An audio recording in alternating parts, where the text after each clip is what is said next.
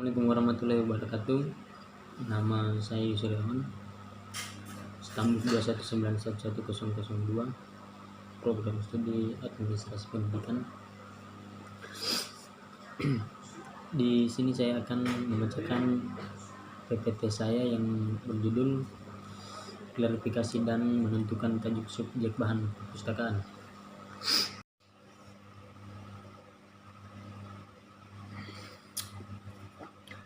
Mengklasifikasi dan menentukan tajuk subjek bahan perpustakaan. Cara mengklasifikasi dan menentukan tajuk subjek bahan perpustakaan. Yang pertama itu ada makna klasifikasi. Makna klasifikasi adalah kegiatan pengelompokan atau penggolongan bahan perpustakaan berdasar subjek atau isi pokok persoalan. Hasil dari pengelompokan tersebut diberikan lambang atau tanda yang kemudian disebut notasi, atau yang umum disebut nomor klarifikasi. Terdapat dua macam notasi dasar sistem klasifikasi, yaitu notasi murni dengan menggunakan salah satu dari huruf, angka, atau tanda-tanda lain secara konsisten.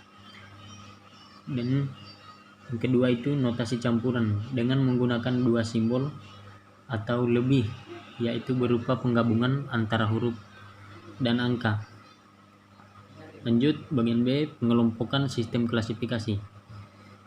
Pengelompokan sistem klasifikasi terbagi atas 3 bagian, yaitu yang pertama klasifikasi artifisial atau pengelompokan bahan perpustakaan berdasarkan bentuk fisik dan disusun berdasarkan ciri-ciri yang ada.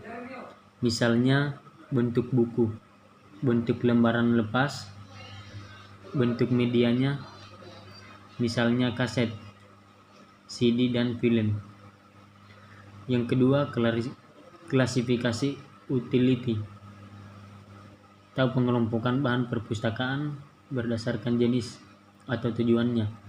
Misalnya buku bacaan untuk anak-anak, remaja, orang dewasa, buku pegangan siswa, buku pegangan guru, buku sirkulasi, dan buku reserve. Dan yang ketiga ada klasifikasi fundamental. Pengelompokan bahan perpustakaan berdasarkan subjek atau pokok persoalan yang dibahas dalam perpustakaan tersebut, misalnya matematika, kimia, biologi, sejarah, dan sosiologi. Lanjut, bagian C, tujuan klasifikasi. Tujuan klasifikasi adalah untuk memudahkan dalam penyajian bahan perpustakaan, sehingga akan memudahkan dalam pencariannya oleh pemustaka. Pemberian nomor klasifikasi ini supaya nantinya buku-buku dengan subjek yang sama akan tergabung dalam satu jajaran di rak. Nomor klasifikasi ini dicetak pada label yang kemudian ditempel pada punggung bahan perpustakaan. Dengan demikian, buku tentang pendidikan akan menyatu dalam tata urutan yang sistematis. Selanjutnya, klasifikasi DDC atau Dewey Decimal Classification. Dewey Decimal Classification disingkat DDC, juga disebut sistem desimal. Dewey adalah sebuah sistem klasifikasi perpustakaan yang diciptakan oleh Melville Dewey pada tahun 1851 sampai 1931. Pada tahun 1876, dan sejak itu telah banyak dimodifikasi dan dikembangkan dalam 23 kali revisi yang telah terjadi hingga tahun 2011. Klasifikasi persepuluhan Dewey mencakup keseluruhan ilmu pengetahuan yang tersusun dalam susunan yang sistematis dan teratur. Pembagian ilmu pengetahuan dimulai dari kelas utama, yang kemudian dirici ke dalam divisi, yang kemudian dirinci lagi ke dalam seksi, yang kemudian dirinci lagi ke dalam subseksi. Selanjutnya ada unsur-unsur pokok dalam DDC. Sistematika DDC menggunakan sistematika berupa bagan yang berisi ilmu pengetahuan berdasarkan prinsip-prinsip tertentu. Notasi merupakan lambang atau simbol berupa angka untuk mewakili subjek tertentu.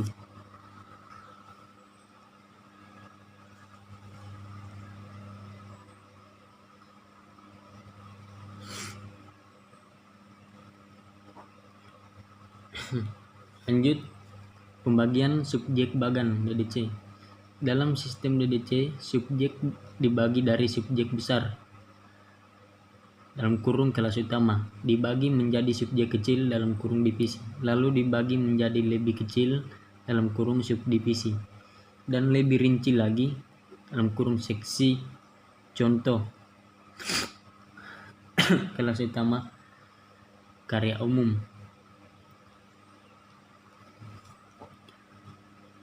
Selanjutnya ada ketentuan dalam DDC.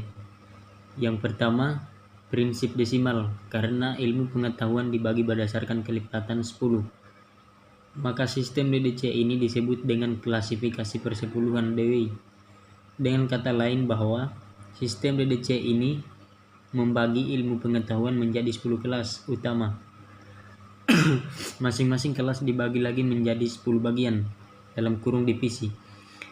Tiap-tiap divisi dibagi lagi 10 subdivisi dan dibagi lagi menjadi 10 seksi. Yang kedua, prinsip umum. Kekhusus sistem DDC membagi kelompok bidang dari subjek umum menjadi subjek khusus.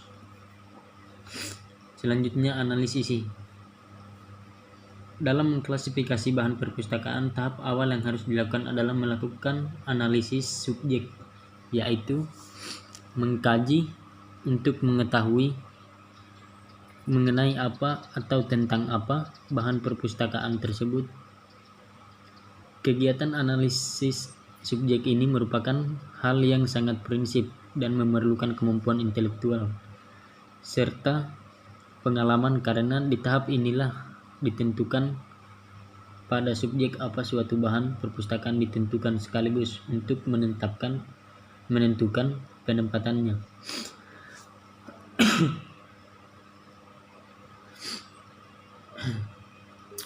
Di sini juga ada tajuk subjek. Tajuk subjek adalah kata, istilah, atau phrase yang digunakan pada katalog atau daftar lain dalam perpustakaan untuk menyatakan topik dari suatu bahan perpustakaan, misalnya agama, politik, ekonomi, mikro, fisika, matematika, komputer, dan sebagainya. Selanjutnya, tujuan dan fungsi. Tujuan dan fungsi yang pertama adalah tujuan dalam menentukan tajuk subjek adalah menyusun topik dari semua bahan perpustakaan di bawah satu kata, istilah atau phrase, sehingga bahan perpustakaan yang mempunyai topik sama akan tersusun ke dalam satu kata, istilah atau satu phrase. Kedua, fungsinya adalah untuk membantu pemustaka dalam mencari bahan perpustakaan dalam suatu topik atau disiplin ilmu tertentu. Selanjutnya ada jenis-jenis tajuk subjek.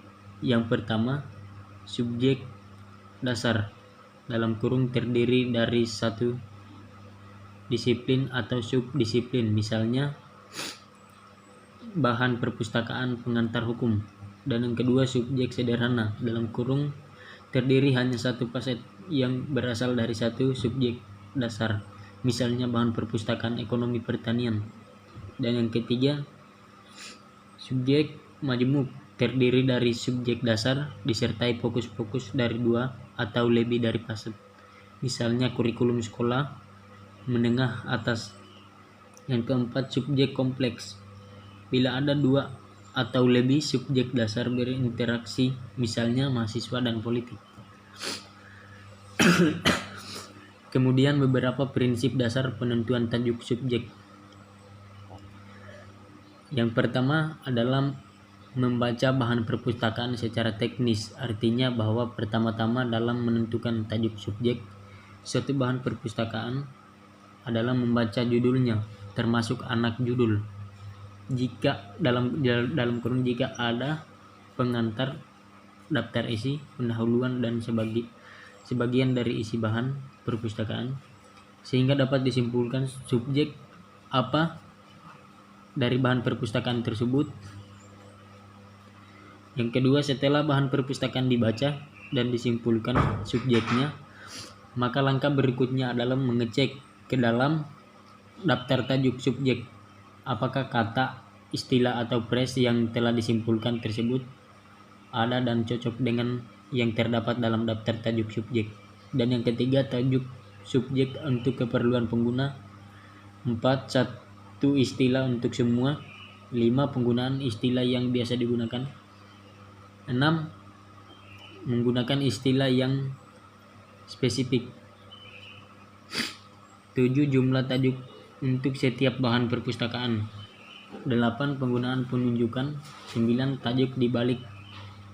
10. Tajuk tambahan dalam kurung subheadings. Sekian dan terima kasih, itulah PPT saya. Assalamualaikum warahmatullahi wabarakatuh. Waalaikumsalam.